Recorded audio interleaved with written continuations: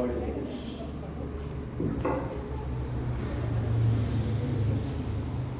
Louvado seja o nome de Jesus. Glória a Deus. Glória a Deus, irmãos. Nós estamos neste mês agora de dezembro com um incumbido de estudar, as cartas do apóstolo João. Para isso eu gostaria de convidar os irmãos para que abrissem sua Bíblia juntamente comigo na primeira epístola de João, no seu capítulo de número 4. Nós vamos ler a partir do verso de número 7. Primeira epístola de João, capítulo 4, a partir do versículo de número 7. Eu vou esperar os irmãos abrirem as suas Bíblias e encontrarem o texto sagrado, para que nós possamos fazer a leitura juntos, irmãos. Após a leitura, eu te peço, por favor, mantenha a sua Bíblia aberta. Quem trouxe papel e caneta, se prepare para anotar, irmãos. Nós estamos em um culto de ensino e de estudo bíblico, e é bom nós fazermos as nossas anotações. Amém? Amém. Glória a Deus. Todos encontraram? Amém. Diz assim o texto sagrado: Amados, amemo-nos uns aos outros, porque o amor procede de Deus, e todo aquele que ama é nascido de Deus e conhece a Deus. Aquele que não ama não conhece a Deus, pois Deus é amor. Nisto se manifestou o amor de Deus em nós, em haver Deus enviado o seu Filho unigênito ao mundo, para vivermos por meio dele. Verso de número 10. Nisto consiste o amor, não em que nós tenhamos amado a Deus, mas em que ele nos amou e enviou o seu Filho como propiciação pelos nossos pecados. Amados, se Deus de tal maneira nos amou, devemos nós também amar uns aos outros. Ninguém jamais viu a Deus. Se amarmos uns aos outros, Deus permanece em nós e o seu amor é em nós aperfeiçoado. Nisto conhecemos que permanecemos nele e ele em nós, em que nos deu o seu Espírito. E nós temos visto e testemunhamos que o Pai o enviou, o seu Filho, como Salvador do mundo. Aquele que confessar que Jesus é o Filho de Deus, Deus permanece nele e ele em Deus. E nós conhecemos e cremos no amor que Deus tem por nós. Deus é amor, e aquele que permanece no amor permanece em Deus e Deus nele. Nisto é em nós aperfeiçoado o amor, para que no dia do juízo não tenhamos confiança, pois segundo ele é, também nós somos neste mundo. No amor não existe medo, antes o perfeito amor lança fora o medo. Ora, o medo produz tormento, logo aquele que teme não é aperfeiçoado no amor. Versículo 19. Nós amamos porque ele nos amou primeiro. Se alguém disser, ama a Deus, e odiar seu irmão, é mentiroso, pois aquele que não ama seu irmão a quem vê, não pode amar a Deus que não vê. Versículo 21, eu encerro. Ora, temos da parte dele este mandamento, que aquele que ama a Deus, ame também seu irmão. E a igreja diga amém. Amém. Eu gostaria de meditar nesta noite baseado no tema o amor que transforma. O amor que transforma. Tá bom, irmãos? O pastor nos passou essa responsabilidade de estudarmos a primeira carta de João. Ela é uma carta pequena, irmãos. Aliás, ela é a maior entre as três. Ela tem 5 capítulos. Mas dentro do estudo que eu estava fazendo dessa carta, eu selecionei o capítulo 4, a partir do verso de número 7, para falar baseado neste tema, o amor que transforma. Mas eu gostaria de discorrer um pouquinho o aspecto da carta, alguns capítulos da carta, e depois a gente trabalha o texto propriamente dito, tá bom? Então, a primeira epístola de João, irmãos, ela tem um propósito muito específico. Aliás, João, ele ao escrever tanto o Apocalipse quanto as cartas e o próprio Evangelho, ele sempre tem em mente um objetivo. Quando nós lemos o quarto Evangelho, o Evangelho de João, ele vai fazer com um propósito muito claro.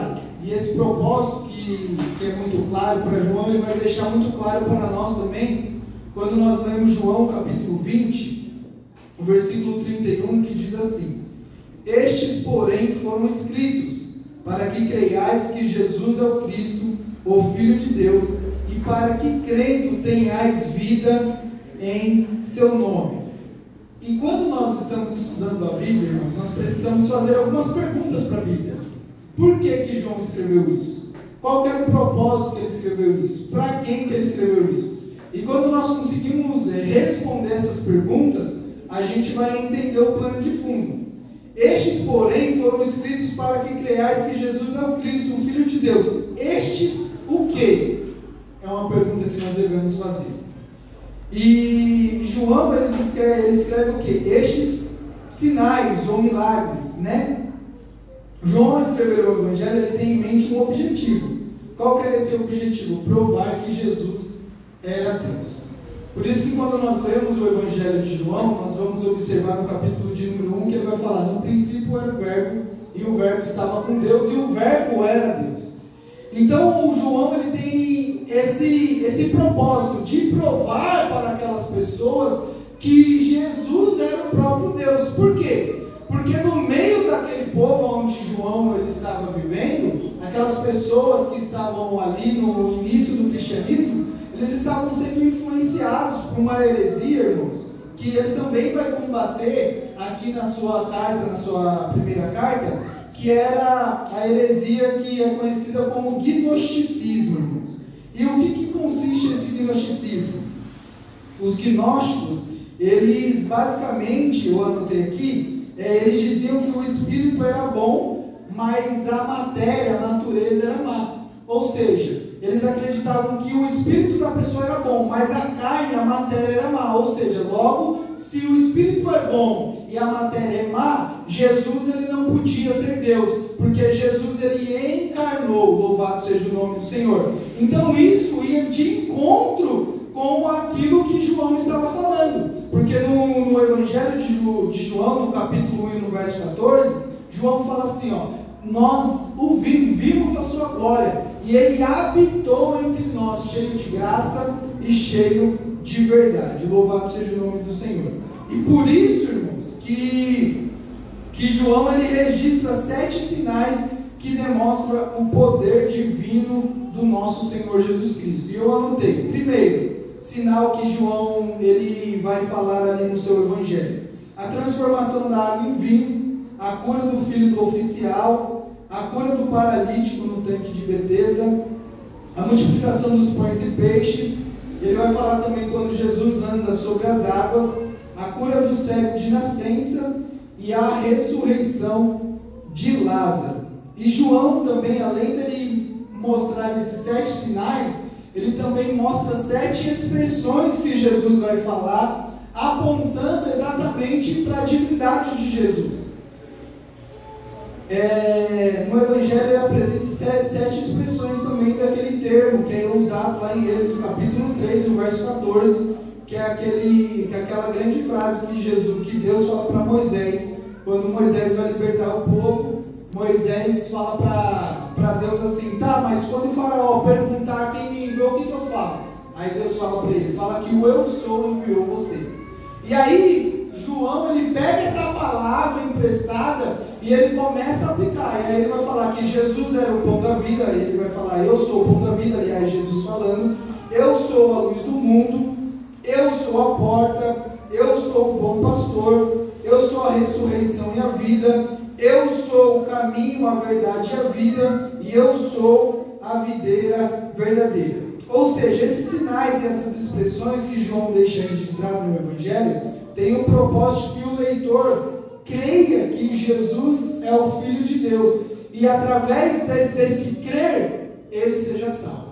Então o propósito principal do Evangelho de João, primeiro, é combater essa heresia do gnosticismo, e segundo, é para que nós que estivermos lendo esse Evangelho creia que Jesus é o Filho de Deus, e através do nosso crer nós sejamos salvos. Tá bom, Lucas, mas qual que é o propósito agora da carta que João ele escreve? E aí eu gostaria que você me acompanhasse na leitura.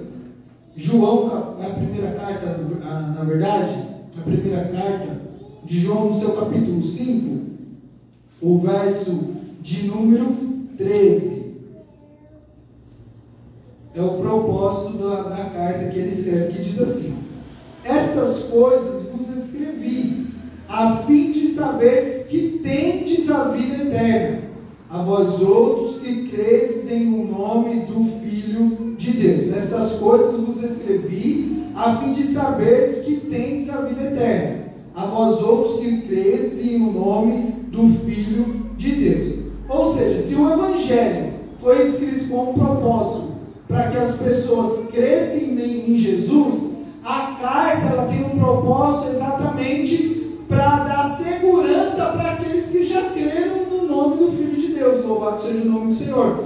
E isso dá segurança para aquelas pessoas, para aqueles irmãos, para aquela igreja, que eles tinham a segurança da salvação em Cristo Jesus. E por que disso, irmãos? Porque na época em que a carta foi escrita, muitos falsos mestres haviam saído de Éfeso para cidades vizinhas, pregando e ensinando de maneira errada sobre Cristo. Por isso João escreveu essa carta para lembrar aos irmãos em Cristo Jesus que nós temos a vida eterna. E ele nos trouxe aqui para exatamente nessa noite para aprendermos isso, que em Cristo Jesus nós temos a vida eterna. Louvado seja o nome do Senhor. Mas eu quero frisar aqui também, irmãos, que em Cristo Jesus esse direito já nos foi garantido na cruz do Calvário. Que direito é esse? A vida eterna. Mas isso esse direito foi nos garantido na cruz do Calvário, a vida eterna. Mas há uma condição. Que condição é essa? Crer em Jesus. Porém, isso não nos isenta de vivermos em uma vida de santidade, irmãos. Não é porque nós temos a vida, essa certeza que nós temos a vida eterna em Cristo Jesus, que isso nos dá aquela sensação de vivermos de uma maneira relaxada. Muito pelo contrário. A santificação sabemos que é um processo, e esse processo cabe a mim e cabe a você andarmos nele. Louvado seja o nome do Senhor. O autor da carta, irmãos, embora o nome do autor não apareça nessa carta, os pais da igreja primitiva atribuem a João o amado discípulo de Jesus. E quem que foi João, irmãos? João foi um dos 12 apóstolos, irmão de Tiago, filho de Zebedeu. Ele era pescador, mas ele foi chamado por Jesus para se tornar um pescador de homens. João era da parte, irmãos, daquele círculo mais íntimo dos discípulos de Jesus, junto com Pedro e Tiago. Porém, João ele era aquele discípulo mais íntimo, aquele discípulo que reclinava a cabeça no peito de Jesus e ouvia o sussurro da sua voz. João ele estava presente na transfiguração, João ele estava presente na ressurreição da filha de Lázaro, João estava presente quando Jesus estava no Getsêmani, ou seja, João ele participou de todas as coisas cruciais do ministério de Jesus. É esse João que é conhecido como discípulo amado, por sua proximidade de Jesus, sendo o único apóstolo presente na crucificação. E isso é interessante porque João ele foi o único apóstolo que estava aos pés da cruz no momento da crucificação. E Jesus, quando ele está ali naquela agonia, irmãos, ele dá 7 brados. Depois vocês estudam sobre isso. Os 7 brados que Jesus dá na cruz. E o primeiro brado é uma responsabilidade que Jesus ele dá exatamente para João. Jesus está na cruz, ali, com os pregos na mão, com o cravo na cabeça, com a coroa de espinho na cabeça, mas ele ainda se preocupa com a sua mãe. Isso é interessante porque Jesus naquela situação ele olha para João e fala assim: João, eis aí a sua mãe. E agora ele fala para Maria: Maria, eis aí agora o seu filho. E a partir daquele momento João ele começa a cuidar da preciosidade de Jesus, que era a sua mãe. E por isso que a gente, quando lê o Apocalipse, vai observar que João viu coisas que os outros apóstolos não viram. Que João observou coisas que os outros apóstolos não observaram. Por quê? Porque ele foi primeiro onde os outros apóstolos não queriam ir. Na onde que era? Aos pés da cruz. Por isso que ele viveu viveu coisas que os outros apóstolos não viveram. E esse é um convite que Jesus faz para nós também aqui nesta noite. Irmos além, darmos mais um passo, caminharmos um pouquinho mais, porque é através desse passo, desta caminhada, que o Senhor Jesus ele vai revelar coisa para mim, Ele vai revelar coisa para você, que Ele não vai revelar para ninguém. Louvado seja o nome do Senhor. A data dessa carta, irmãos, quando se trata de data, a gente nunca dá uma data precisa. Os teólogos, os estudiosos da Bíblia, eles nunca dão uma data precisa, mas ela foi escrita entre o ano 85 e 95 depois de Cristo, tá bom? O local e os destinatários, irmãos, essa carta, diferente das outras duas, que tem destinatários, é conhecida como uma carta circular, para os cristãos que estavam espalhados por todas as províncias da Ásia Menor, incluindo as 7 igrejas do Apocalipse. Então essa carta, a primeira carta de João, ela, por não ter um destinatário específico, era uma carta que ela circulava ali naquela região, naquelas igrejas, tá bom? E agora eu vou fazer aqui um esboço da carta, irmãos, e depois a gente entra no texto que nós lemos, e eu gostaria de extrair 6 lições, irmãos, dentro desse texto que nós lemos, tá bom? O esboço da carta, o tema principal é os fundamentos da comunhão. O tema principal da carta de João é os fundamentos da comunhão. E aí ele vai dividir em 3 tópicos. Primeiro, as provas da comunhão. Como que eu sei que eu tenho comunhão com Deus? Como que eu sei que a minha vida está pautada na palavra de Deus? Como que eu sei que eu estou caminhando o rumo certo? Porque às vezes a gente faz aquela pergunta, né? Será que eu estou na direção certa? Será que é isso mesmo que Deus tem para mim? Será que é isso que Deus quer? Então quando a gente entende isso, e a gente começa a ver as provas da nossa comunhão com Deus, a gente observa algumas coisas. Primeiro, que provas são essas? E aí eu gostaria que você lesse comigo o primeiro capítulo da carta, a partir do verso 5. Que prova que eu tenho de comunhão com Deus? Primeiro, é o andar na luz. Se nós estivermos andando na luz, é uma das provas que eu tenho comunhão com Deus. Olha o que diz o verso de número 5. Ora, a mensagem que da parte dele temos ouvido e vos anunciamos é esta, que Deus é luz e não há nele treva nenhuma. Se dissemos que mantemos comunhão com Ele e andarmos nas trevas, mentimos e não praticamos a verdade. Se, porém, andarmos na luz, como Ele está na luz, mantemos comunhão uns com os outros, e o sangue de Jesus, seu Filho, nos purifica de todo pecado. Então, a primeira prova é se eu estiver andando na luz, irmãos. Como que tem sido a sua caminhada diante de Deus?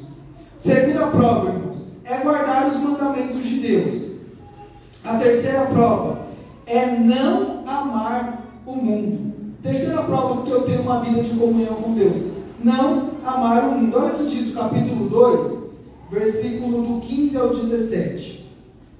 Diz assim, ó: não ameis o mundo, nem as coisas que há no mundo. Se alguém amar o mundo, o amor do Pai não está nele.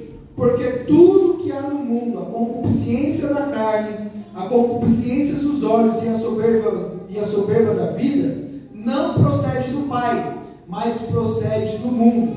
Ora, o mundo passa, bem como a sua concupiscência. Aquele, porém, que faz a vontade de Deus, permanece eternamente. Então, como que eu sei que eu tenho uma comunhão com Deus? Andando na luz, guardando os seus mandamentos, não amando o mundo e permanecendo na verdade. Olha o versículo 18 do capítulo 2, diz assim, ó: filhinhos, já é a última hora, e como ouvistes que vem o anticristo também agora muitos anticristos têm surgido, pelo que conhecemos que é a última hora. Eles saíram do nosso meio, entretanto não eram dos nossos, porque se tivessem sido dos nossos, teriam permanecido conosco. Todavia, todavia eles se foram para que ficasse manifesto que nenhum deles é de nós. Aí o verso de número 20. E vós possuís unção que vem do santo, e todos tendes conhecimento. É o que? É permanecer na verdade. É permanecer pautado na palavra de Deus. O segundo tópico, irmãos, da estrutura dessa carta é os frutos desta comunhão. Então, o tema principal, os fundamentos da comunhão. Primeiro tópico é as provas da comunhão. E segundo, os frutos dessa comunhão.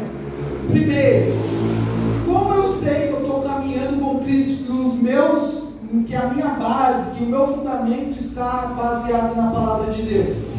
É tendo uma expectativa do retorno de Jesus. É a gente sentir saudades do céu. É a gente sentir saudades de estar com Ele, partir para a glória, o arrebatamento da igreja. Olha o que diz o capítulo 2 e o verso de número 28. Diz assim, ó: Filhinhos, agora, pois, permanecei nele, para que quando ele se manifestar, tenhamos confiança, e dele não nos afastemos, envergonhados na sua vinda. Se sabeis que ele é justo, reconhecei também que todo aquele que pratica a justiça é nascido dele. Capítulo 3, verso de número 1, diz assim, ó: Vede, que grande amor nos tem concedido o Pai, a ponto de sermos chamados filhos de Deus, e de fato somos filhos de Deus. Por essa razão o mundo não nos conhece, porquanto não o conheceu a Ele mesmo. Louvado seja o nome do Senhor. Segundo, irmãos, os frutos da nossa comunhão com Deus é a prática da justiça. A prática da justiça. Isso está no capítulo 3, a partir do verso de número 4. Eu não vou ler para nós ganharmos tempo aqui. O quarto fundamento, irmãos, o quarto fruto é o amor dos irmãos. Vamos ler esse. Capítulo 3, a partir do verso de número 11. Essa carta aqui, cada capítulo dá diversas lições, irmãos. E aí a gente tem que resumir nesse pouco tempo. Mas vamos lá. Capítulo 3, o verso de número 11, diz assim, ó: Porque a mensagem que ouviste desde o princípio é esta, que nos amemos uns aos outros, não segundo Caim, que era do maligno, e assassinou a seu irmão. E por que o assassinou? Porque as suas obras eram más, e a de seu irmão justas. Irmãos, não vos maravilheis se o mundo vos odeia. Nós sabemos que já passamos da morte para a vida, porque amamos os irmãos. Aquele que não ama permanece na morte. Todo aquele que odeia seu irmão é assassino. Ora, vós sabeis que todo assassino não tem a vida eterna permanente em si. Então é o amor entre os irmãos e também ter uma consciência limpa, irmãos. E aí ele traz umas exortações também, no último tópico, sobre a comunhão. Que exortações são essas? Testar os espíritos, irmãos. Nem todo mundo que diz Senhor, Senhor, o próprio Jesus já nos advertiu isso, entrará no reino dos céus. Nem todo mundo que fala no nome de Deus, nem todo mundo que fala aqui das coisas do alto, irmãos, é santo, não. A gente tem que tomar muito cuidado sobre isso. O Espiritismo, eles usam a Bíblia para falar. Os mormons usam a Bíblia para falar. E a Bíblia fala que nós devemos testar o Espírito. Olha o que diz o capítulo 4. Amados, não deis créditos a qualquer espírito, antes provais os espíritos se procedem de Deus, porque muitos falsos profetas têm saído pelo mundo afora. Nisso reconheceis o Espírito de Deus. Todo espírito que confessa que Jesus Cristo veio em carne é de Deus. E todo espírito que não confessa Jesus não procede de Deus. Pelo contrário, este é o espírito do anticristo, a respeito do qual tendes ouvido que vem, e presentemente já está no mundo. E aí ele vai falar o amor uns pelos outros, que foi o texto que nós lemos, capítulo 4, a partir do verso 7 até o 21, a vitória sobre o mundo, a segurança da encarnação de Jesus, a segurança da vida eterna. Aí ele faz uma oração e as exortações finais. E dentro de tudo que já falamos até aqui, irmãos, eu gostaria de deixar, conforme eu falei, 6 lições para nós meditarmos no capítulo 4, dos versos 7 ao 21. Se você trouxe em sua caneta, vai anotando aí, por favor. Então, a primeira lição, irmãos, que nós extraímos deste texto, que eu gostaria de deixar para a nossa meditação, é que João, ele tem um propósito de chamar os irmãos a viver uma vida de amor. Então, no verso de número 7, a primeira lição é um chamado ao amor. Olha o que diz o texto, irmãos. Capítulo 4, o verso de número 7, João, ele nos faz um convite para amarmos. Ele diz assim, ó, amados, amemo-nos uns aos outros, porque o amor procede de Deus. E todo aquele que ama é nascido de Deus e conhece a Deus. João, ele inicia esse versículo nos fazendo um apelo, nos fazendo um convite. Que convite é esse? Amar. Ele diz, amemos. Ele nos convida à prática do amor mútuo. E o termo que ele usa aqui, amados, na parte A do versículo, reflete a ideia que os crentes são amados por Deus, porquanto devem amar uns aos outros. Louvado seja o nome do Senhor. João nos convida a vivermos uma vida de amor. E esse amor, ele tem um referencial. E quem é esse referencial, irmãos? É Deus. Esse amor, ele tem um modelo. Esse amor, ele tem uma pessoa que nós devemos nos espelhar. E quem é essa pessoa? É Deus.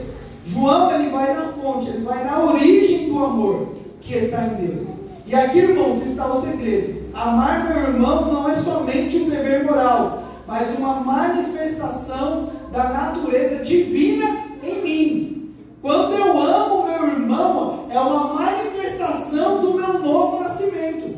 Quando eu amo meu próximo, é uma manifestação daquilo que o Senhor Jesus, ele já fez dentro de mim, louvado seja o nome dele. E isso é uma evidência do novo nascimento. Então, se eu tenho dificuldade de amar o meu irmão, e eu falo para as pessoas aí de fora que eu sou cristão, tem alguma coisa errada com o meu cristianismo. Porque se o nosso referencial é Deus, e Deus, ele não faz acepção de pessoas, ele ama a todos, nós também devemos amar uns aos outros. Por quê? Porque a partir do momento que eu amo o meu irmão de uma maneira incondicional, eu estou manifestando aquilo que o Senhor Jesus fez em mim, louvado seja o nome dele. Então, João, ele está nos ensinando que quem ama demonstra que nasceu de Deus e tem um relacionamento íntimo com ele. Então, se eu tenho dificuldade de amar o meu próximo, eu estou mostrando para as pessoas que eu não me relaciono com Deus. Eu estou mostrando que o meu relacionamento com Deus é um relacionamento raso, é um relacionamento fraco, é um relacionamento superficial. Porque a partir do momento que eu me relaciono de uma maneira íntima com Deus, eu demonstro esse relacionamento no secreto, amando o meu irmão, amando o meu próximo, amando aquele que nos persegue, amando aquele que nos odeia. O convite do Evangelho para nós é esse, irmãos, amarmos uns aos outros. E a gente vai ver isso quando Jesus, ele fala, responde aqueles escribas e fariseus que fazem aquela pergunta, qual é o maior mandamento? Jesus resume os mandamentos em 2, amar o Senhor, o seu Deus, acima de todas as coisas, e o seu próximo como a ti mesmo. Então, a primeira lição que nós aprendemos dentro desse texto é que João, ele nos convida, ele nos chama para uma vida de amor. A segunda lição, irmãos, é a razão para o amor. E que razão é essa? Deus é amor. Olha o que diz o verso de número 8. Aquele que não ama, não conhece a Deus, pois Deus é amor. Olha o que diz o texto: aquele que não ama não conhece a Deus, pois Deus é amor. João está nos chamando para uma vida prática, uma vida não somente de um amor da boca para fora, mas uma vida de como é que se diz? Uma vida de prática. Não somente um amor teórico, mas um amor prático. Olha o que diz na primeira carta de João, por isso que eu pedi para vocês manterem a Bíblia aberta. No capítulo 3, nós já lemos esse texto, mas agora a gente vai entender. Olha o que ele diz a partir do versículo 14. Eu anotei aqui na NVI, para ficar mais fácil a nossa compreensão. 1 de João, capítulo 3, o verso 14 até o 18, diz assim: ó, nós sabemos que já passamos da morte para a vida, e sabemos isso porque amamos os nossos irmãos. Quem não ama está ainda morto. Quem odeia o seu irmão é assassino. E vocês sabem que nenhum assassino tem em si a vida eterna. Sabemos o que é o amor por causa disso. Cristo deu a sua vida por nós. Por isso, nós também devemos dar a nossa vida pelos nossos irmãos. Aí eu faço uma pergunta: você está disposto a isso, irmãos? E não sei o que eu estou falando, não. Aí depois vocês reclamam aqui com o João. Ele está falando assim, ó: por isso nós também devemos dar a nossa vida pelos nossos irmãos. Aí versículo 17. Se alguém é rico e vê o seu irmão passando necessidade, mas fecha o coração para essa pessoa, como pode afirmar de fato que ama a Deus? Olha aí. Aí eu coloquei aqui, ó. Será que isso acontece nos nossos dias? Aqui eu tenho não, graças a Deus. Não sou eu que vou falar, vou ler de novo. Se alguém é rico e vê seu irmão passando necessidade, mas fecha o coração para essa pessoa, como pode afirmar que de fato ama a Deus? Aí o versículo 17 diz assim, o 18 ele finaliza: meus filhinhos, o nosso amor não deve ser somente de palavras e de conversa, deve ser um amor verdadeiro que se mostra por meio de ações. Então eu estou aqui no domingo, rodopiando, glorificando a Deus, dando brado para lá e para cá, mas eu sei que o meu irmão está passando uma necessidade e eu tenho condições de ajudar e eu não ajudo, eu sou um mentiroso. Olha aí. Eu estou vivendo de aparência, eu estou vivendo de engano, porque João ele fala assim, ó, que o nosso amor deve ser um amor verdadeiro, que se manifesta por meio das nossas ações. As nossas ações irão refletir se realmente conhecemos a Deus ou não. Aquilo que nós fazemos, irmãos, vale muito mais aquilo que nós falamos. E Deus nessa noite nos convida a não vivermos um amor teórico, mas sim um amor prático. Nós temos muito teoria, mas pouca prática. Nós falamos muito sobre amor, mas praticamos pouco amor. Nós falamos muito sobre perdão, mas praticamos pouco perdão. Nós falamos muito sobre reconciliação, mas quando o irmão precisa ser reconciliado, nós não estendemos as nossas mãos. Mas sabe o que é isso? É um reflexo da religião. Mas o Senhor Jesus nessa noite Ele nos traz aqui para não andarmos de braço dado com a religião, mas de andarmos de mão dada com Ele. Louvado seja o nome do Senhor. Então a segunda lição é a razão para o amor. Que razão é essa? É que Deus Ele é amor. E esse amor nosso não pode ser um amor teórico, mas sim um amor prático. A terceira lição, irmãos, vão anotando aí. A prova do amor de Deus está no versículo de número 9 e 10. Que diz assim: nisto se manifestou o amor de Deus em nós, em haver Deus enviado o seu Filho unigênito ao mundo, para vivermos por meio dele. Nisto consiste o amor, não em que nós tenhamos amado a Deus, mas em que ele nos amou e enviou o seu Filho como propiciação pelos nossos pecados. João vai nos mostrar como Deus nos ama. Ele mostrou esse amor ao enviar seu Filho Jesus para viver entre nós e nos dar a vida eterna. E o mais incrível, irmãos, é que não fomos nós que primeiro amamos a Deus, mas Ele nos amou primeiro, mandando Jesus pagar pelos nossos erros e nos dar uma nova chance. No capítulo 4, no verso de número 19, às vezes nós lemos e passamos despercebido. Diz assim, nós o amamos porque Ele nos amou primeiro. E vale ressaltar aqui, irmãos, que Cristo nos amou primeiro, não porque somos bons, não porque tínhamos algo a oferecer. Ele nos amou mesmo quando a nossa condição era uma condição que ninguém amaria. E aí eu te faço uma pergunta: que amor é esse, irmãos? É um amor que nos constrange, é um amor que nós não conseguimos explicar. Ele não nos amou porque nós tínhamos algo a dar em troca. Ele nos amou porque Ele é amor. E aí, irmãos, eu te provo que a nossa condição era uma condição ruim. Abre comigo rapidinho a sua Bíblia. Em Efésios, capítulo de número 2. Efésios, capítulo de número 2, a gente vai ler um texto a partir do verso de número 1 até o verso de número 10. Olha a condição que você estava quando Cristo te amou.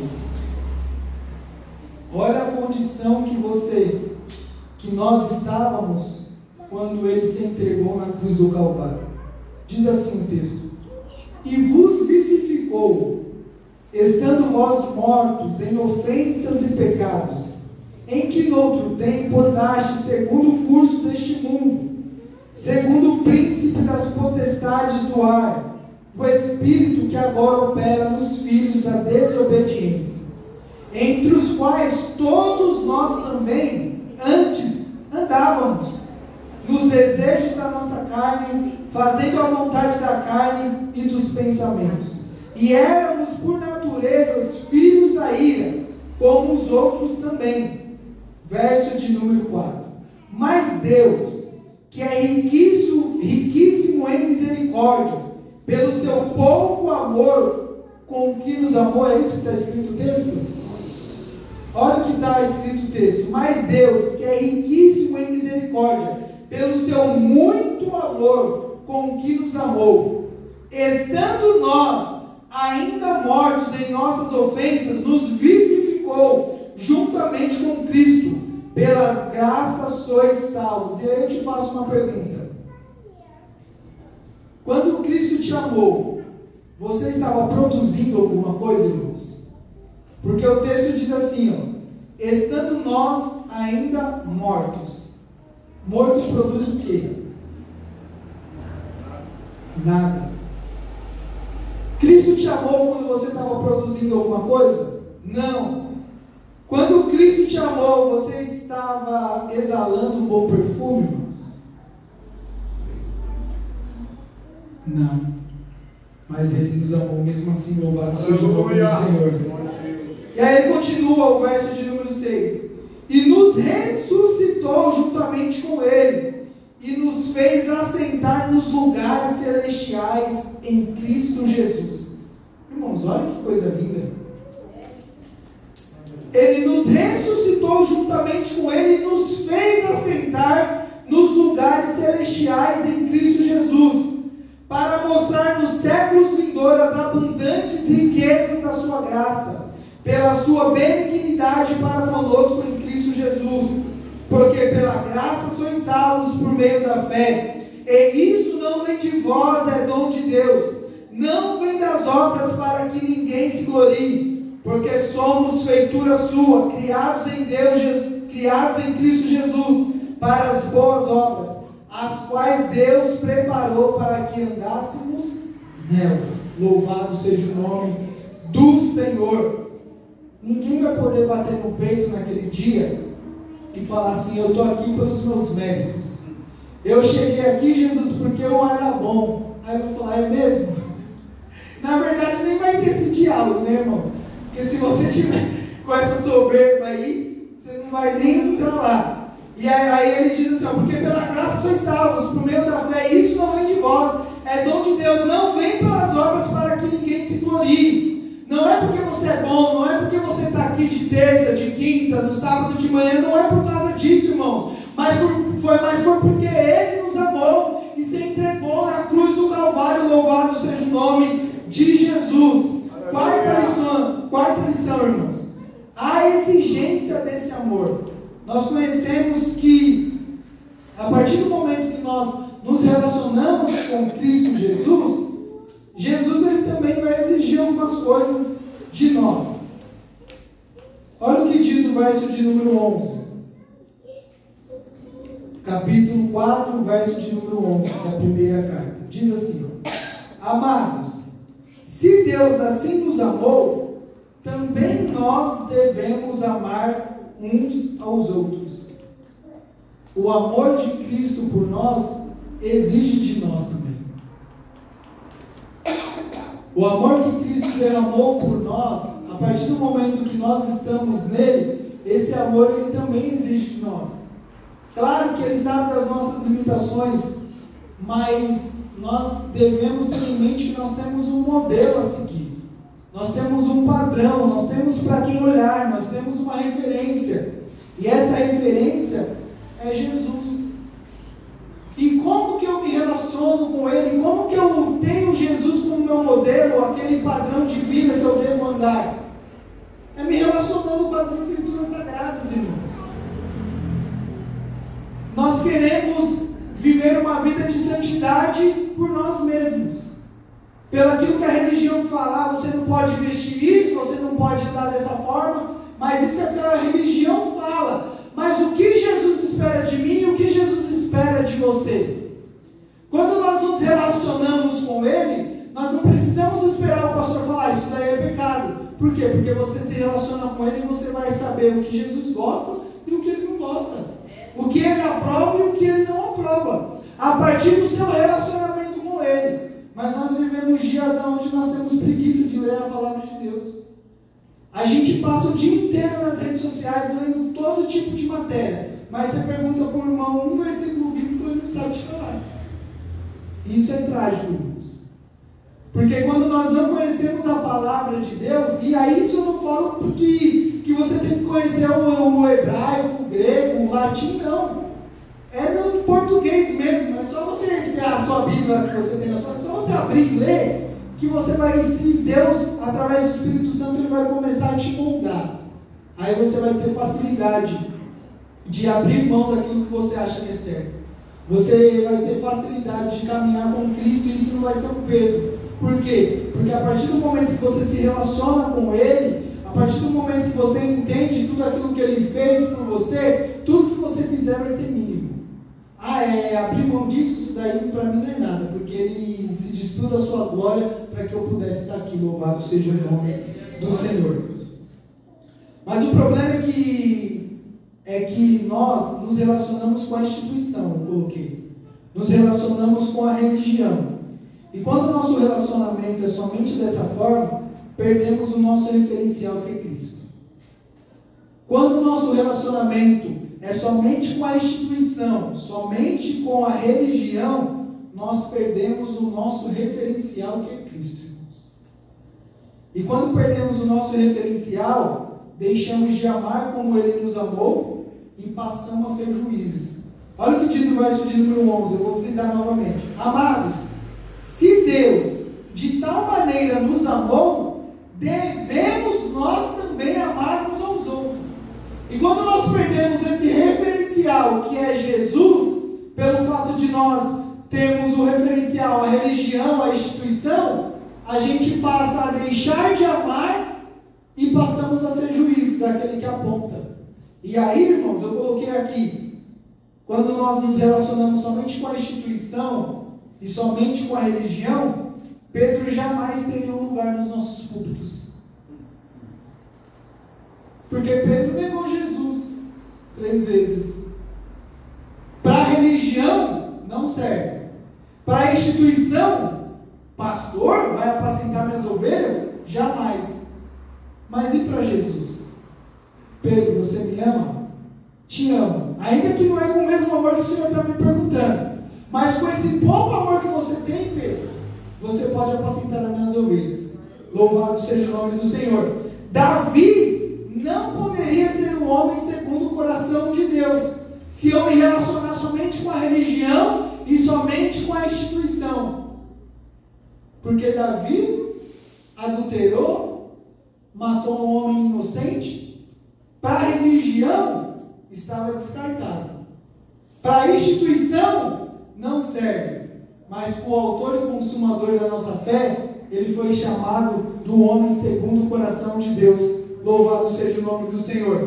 A mulher samaritana jamais poderia ser uma missionária. Ela estava com sede, Jesus fala, me dá um pouco de beber dessa água aí. Jesus ali estava com sede. Aí todos conhecem a história. Jesus tem um diálogo com ela, fala, vai lá e chama seu marido. Ela fala, eu não tenho marido. Jesus fala, disseste que tem. Você tem 5, e esse que você está também não é seu. Namoradeira demais. Para a religião, não dá. Essa ia ser dirigente do círculo de oração? Jamais. Mas Jesus fala assim, a água que eu vou te dar vai fazer jorrar dentro de você uma água viva. Louvado seja o nome do Senhor. Aleluia. E ela sai daquele encontro com Jesus falando assim, vem ver, um homem que falou sobre a minha vida. Ela começou a trazer pessoas para o pé de Jesus. Porque o amor de Jesus, ele faz isso, irmãos. O amor de Jesus transforma caráter. O amor de Jesus transforma pessoas. O amor de Jesus transforma histórias. Louvado seja o nome do Senhor. Saulo de Tarso jamais poderia se tornar um apóstolo. Perseguidor, ajudava a matar, prendia crente. Mas Jesus fala para Ananias, vai lá porque esse é para mim um vaso escolhido, louvado seja o nome do Senhor.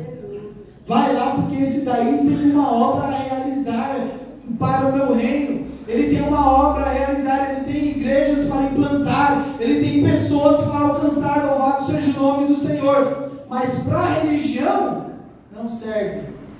Para a religião, não vai.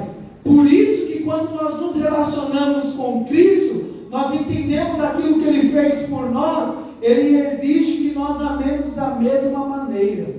E aí, quando nós vemos um irmão errar, quando nós vemos um irmão cair, a gente não vai apontar, mas a gente vai amar, estender a mão para ele, assim como Jesus faz para nós todos os dias. Ou é somente eu que, quando dobro o meu joelho, a primeira coisa que eu falo é, Senhor, me perdoa pelos meus pecados. E aí, o Senhor Jesus, Ele me perdoa. Mesmo sabendo que amanhã eu vou errar de novo. Mesmo sabendo que amanhã eu vou falhar de novo. Mas Ele continua me perdoando. E se Ele me perdoa, quem sou eu para não perdoar o próximo? Quem sou eu para não amar o próximo? Se o Senhor Jesus me ama de tal maneira, quem sou eu para não fazer o mesmo, irmãos?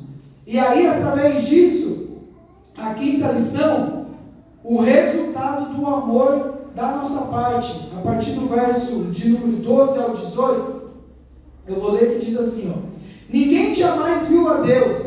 Se amarmos uns aos outros, Deus permanece em nós, e o seu amor é em nós aperfeiçoado. Nisso conhecemos que permanecemos nele, e ele em nós, em que nos deu o seu Espírito.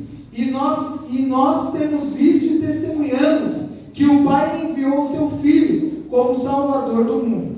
Aquele que confessar que Jesus é o Filho de Deus, Deus permanece nele e ele em Deus. E nós conhecemos e cremos no amor que Deus tem por nós. Deus é amor, e aquele que permanece no amor permanece em Deus, e Deus nele. Nisso é em nós aperfeiçoado o amor, para que no dia do juízo mantenhamos confiança, pois segundo Ele é, também nós somos neste mundo. No amor não existe medo, Antes o perfeito amor lança fora o medo.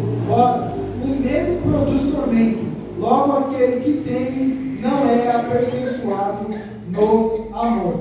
E aí, no capítulo, do verso de número 12 até o 18, é dividido em 3 tópicos, irmãos. A manifestação da presença de Deus, eu só vou ler, porque o tempo já foi, que é do verso 12 ao 16, nos traz uma ousadia, versículo 17, e também ele nos traz uma ausência do medo que condena. E a última lição, eu gostaria de deixar, é a prova do nosso amor para com Deus. E aí eu finalizo o versículo 19 ao 21. Nós amamos porque Ele nos amou primeiro. Se alguém disser, ama a Deus e odiar a seu irmão, é mentiroso. Pois aquele que não ama a seu irmão, a quem vê, não pode amar a Deus a quem não vê. Ora, temos da parte dele este mandamento, que aquele que ama a Deus ame também a seu irmão. A prova do nosso amor para com Deus, que nós não vemos, para o Deus invisível, é o amor para com o nosso irmão, que foi feito à imagem e semelhança de Deus, que foi restaurado à imagem de Deus. E a pergunta que te faço nesta noite é: como temos amado o nosso próximo? Como temos amado os nossos irmãos? Como temos amado a quem nos persegue? É fácil amar, irmãos? Sim ou não? Não. Não é fácil amar, irmãos. Nós sabemos disso. Sabemos que não é fácil amar. Porém, olhando para Cristo, sabemos que isso é possível. Amém, irmãos? Foi até aqui que o Senhor me concedeu. Que Deus em Cristo vos abençoe em tudo. Amém.